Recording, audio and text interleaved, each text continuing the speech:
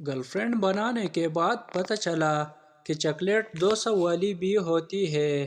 آج ایک لڑکی نے یہ کہہ کر ریجیکٹ کر دیا، تم جتنے کیوٹ ہو تمہارا بہت جگہ چکر ہوگا۔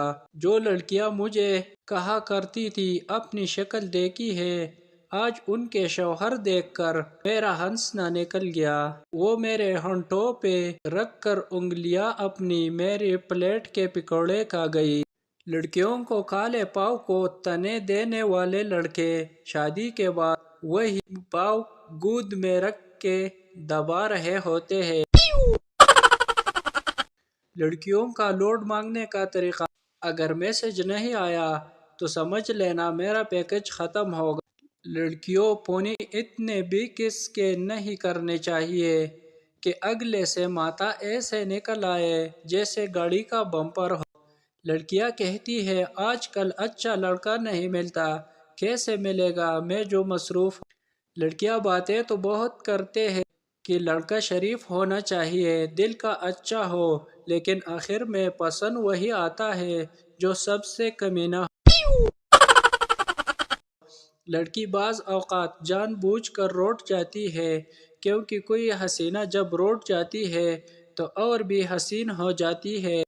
لڑکا منہ دھولے تو سمجھ لو کہیں جانے لگا ہے، لڑکی منہ دھولے تو سمجھو اب کہیں نہیں جانا۔ لڑکا: کیا تم فیس بک استعمال کرتی ہو؟ لڑکی: نہیں، میں بچپن سے ہی گوری ہوں۔ لڑکا: تم بدل گئی ہو۔ لڑکی: اب کریم ختم ہو گئی ہے تو میرا کیا قصور؟ بوڑھے آدمی کہتے ہیں لڑکی کا انتخاب گرمیوں میں کیا کرو، پسینہ نکلنے سے اوریجنل چہرہ باہر آتا ہے تاکہ آپ دھوکہ نہ کھا سکیں۔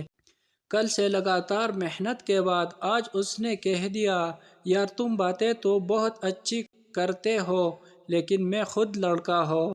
کل ایک لڑکی نے مجھے ان باکس میں کہا آپ بہت خوبصورت ہو۔ میں نے جا کر شیشہ دیکھا اور سمجھ گیا اے کڑی لوٹ دے چکر ویچے۔ کچھ لوگ اتنے بھیانک کنوارے ہوتے ہیں کہ ان کے تاش کے پتوں میں بھی بیگم نہیں آتی۔ کچھ لڑکیاں ایسی خطرناک اردو لکھتی ہیں کہ گوگل کا انگلش ٹرانسلیٹر بھی فیل ہو جائے۔ آج میں چھت سے ڈگی میرا گوڈا زمین پہ ٹا کر کے وجا۔ کچھ لڑکیاں اس قدر دکھی شاعری کرتی ہیں جیسے کوئی شہزادہ بے وفائی کر گیا ہو۔ تحقیق کرنے سے پتہ چلتا ہے وہ محلے کا ایک موچی تھا۔ کاش تم بکری ہوتی اور میں تم سے پوچھتا بے وفا کون ہے اور تم کہتی میں۔